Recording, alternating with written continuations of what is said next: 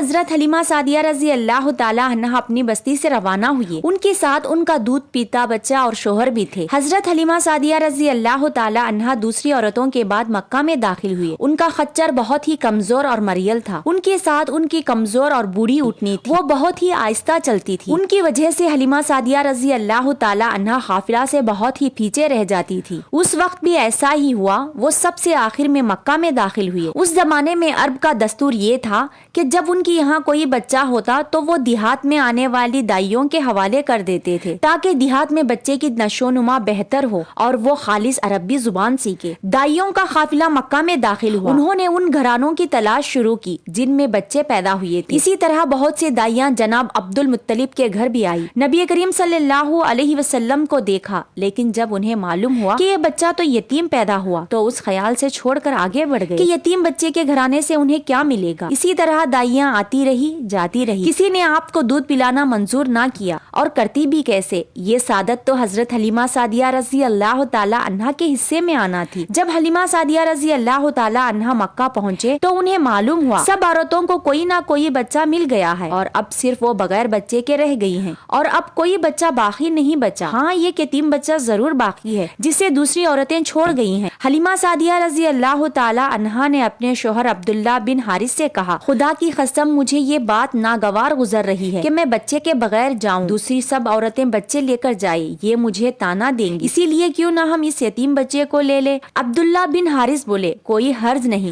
ہو سکتا ہے اللہ اسی بچے کے ذریعے ہمیں خیر و برکات عطا فرمائے۔ چنانچہ حضرت حلیمہ سعدیہ رضی اللہ تعالی عنہا عبد المطلب کے گھر گئے۔ جناب عبد المطلب اور حضرت آمینہ نے انہیں خوش آمدید کہا، پھر آمینہ انہیں بچے کے پاس لے آئی۔ آپ اس وقت ایک اونی چادر میں لپٹے ہوئے تھے، وہ چادر سفید رنگ کی تھی، آپ کے نیچے ایک سبز رنگ کا ریشمی کپڑا تھا، آپ سیدھے لیٹے ہوئے تھے، آپ کی سانس کی آواز کے ساتھ مشک سی خوشبو نکل کر پھیل رہی تھی۔ حلیمہ سعدیہ رضی اللہ تعالی عنہا آپ کے حسن و جمال کو دیکھ کر حیرت زدہ رہ گئی۔ آپ اس وقت سوئے ہوئے تھے، انہوں نے جگانا مناسب نہ سمجھا، لیکن جو ہی انہوں نے پیار سے اپنا ہاتھ آپ کے سینے پر رکھا اور آنکھیں کھول کر ان کی طرف دیکھنے لگے، حضرت حلیمہ سعدیہ رضی اللہ تعالی عنہا فرماتی ہیں، میں نے دیکھا آپ کی آنکھوں سے ایک نور نکلا جو آسمان تک پہنچ گیا، میں نے آپ کو گود میں اٹھا کر آپ کے دونوں آنکھوں کے درمیانی جگہ پر پیار کیا، پھر میں نے آپ کے والد اور عبد المطلب سے اجازت چاہی، بچے کے لیے قافلہ میں آئی، میں نے آپ کو دودھ پلانے کے لیے گود میں لٹایا تو آپ دائیں طرف سے دودھ پینے لگے، پہلے میں نے بائیں طرف سے دودھ پلانا چاہا لیکن آپ نے اس طرف سے دودھ نہ پیا، دائیں طرف سے آپ کو فوراً دودھ پینے لگے، بعد میں بھی آپ کی یہی عادت رہی، آپ صرف دائیں طرف سے ہی دودھ پیتے رہے، بائیں طرف سے میرا بچہ دودھ پیتا رہا۔ پھر قافلہ روانہ ہوا۔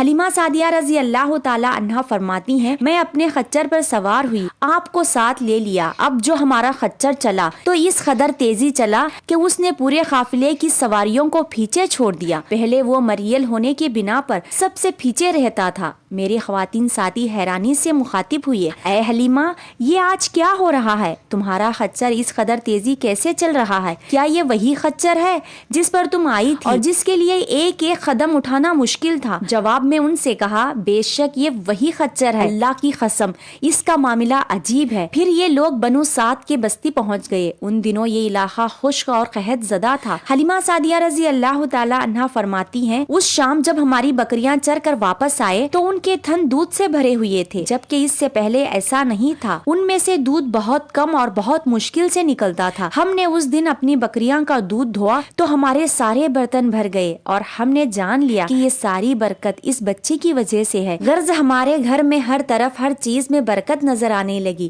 دوسرے لوگ تعجب میں رہ گئے۔ اسی طرح 2 ماہ گزر گئے، 2 ماہ ہی میں آپ چلنے پھرنے لگے، آپ 8 ماہ کے ہوئے تو باتیں کرنے لگے اور آپ کی باتیں سمجھ میں آتی تھی، 9 ماہ کی عمر میں تو آپ بہت صاف گفتگو کرنے لگے، اسی دوران آپ کی بہت سی برکات دیکھنے میں آئی۔ حلیمہ سعدیہ رضی اللہ تعالی عنہا فرماتی ہیں، جب میں آپ کو اپنے گھر لے آئی تو بنو سعد کا کوئی گھرانہ ایسا نہ تھا جس سے مشک کی خوشبو نہ آتی ہو، اسی طرح سب لوگ آپ سے محبت کرنے لگے۔ جب ہم نے آپ کو دودھ چھڑایا تو آپ کی زبان مبارک سے یہ الفاظ نکلے، اللہ اکبر کبیرہ والحمد للہ کثیرہ وسبحان اللہ وبکرۃ واصیلا، یعنی اللہ تعالیٰ بہت بڑا ہے، اللہ تعالیٰ کے لیے بے حد تعریف ہے اور اس کے لیے صبح و شام پاکی ہے۔ پھر جب آپ صلی اللہ علیہ وسلم 2 سال کے کے ہو گئے تو ہم آپ کو لے کر آپ کے والدہ کے پاس آئے۔ اس عمر کو پہنچنے کے بعد بچوں کو ماں باپ کے حوالے کر دیا جاتا تھا۔ ادھر ہم آپ کی برکات دیکھ چکے تھے اور ہماری آرزو تھی کہ ابھی آپ کچھ اور مدت ہمارے پاس رہے، چنانچہ ہم نے اس بارے میں آپ کے والدہ سے بات کی۔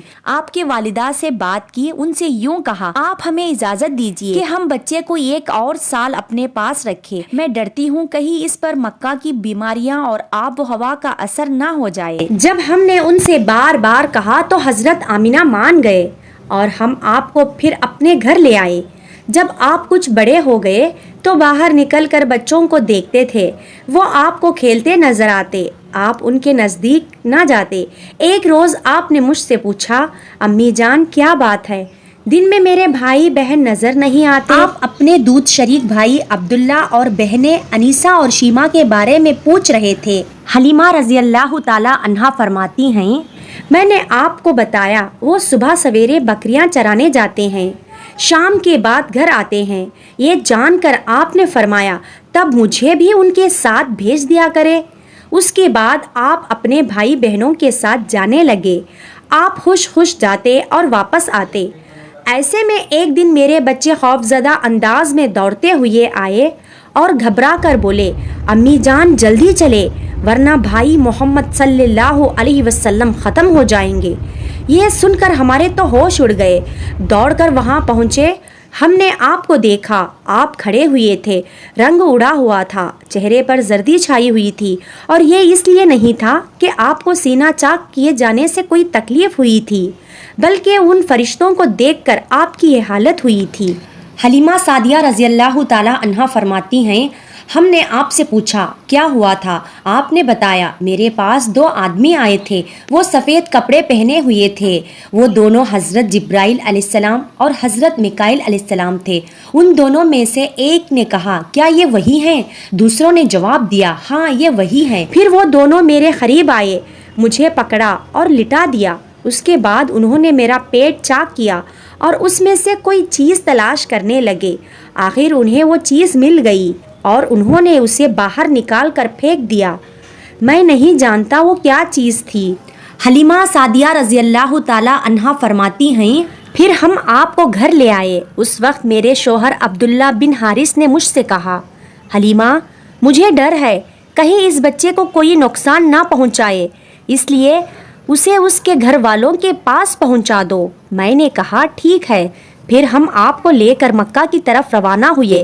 جب میں مکہ کے بلائی علاقے میں پہنچی تو آپ اچانک غائب ہو گئے۔ حلیمہ سعدیہ رضی اللہ تعالی عنہا فرماتی ہیں، میں پریشانی کی حالت میں مکہ پہنچی۔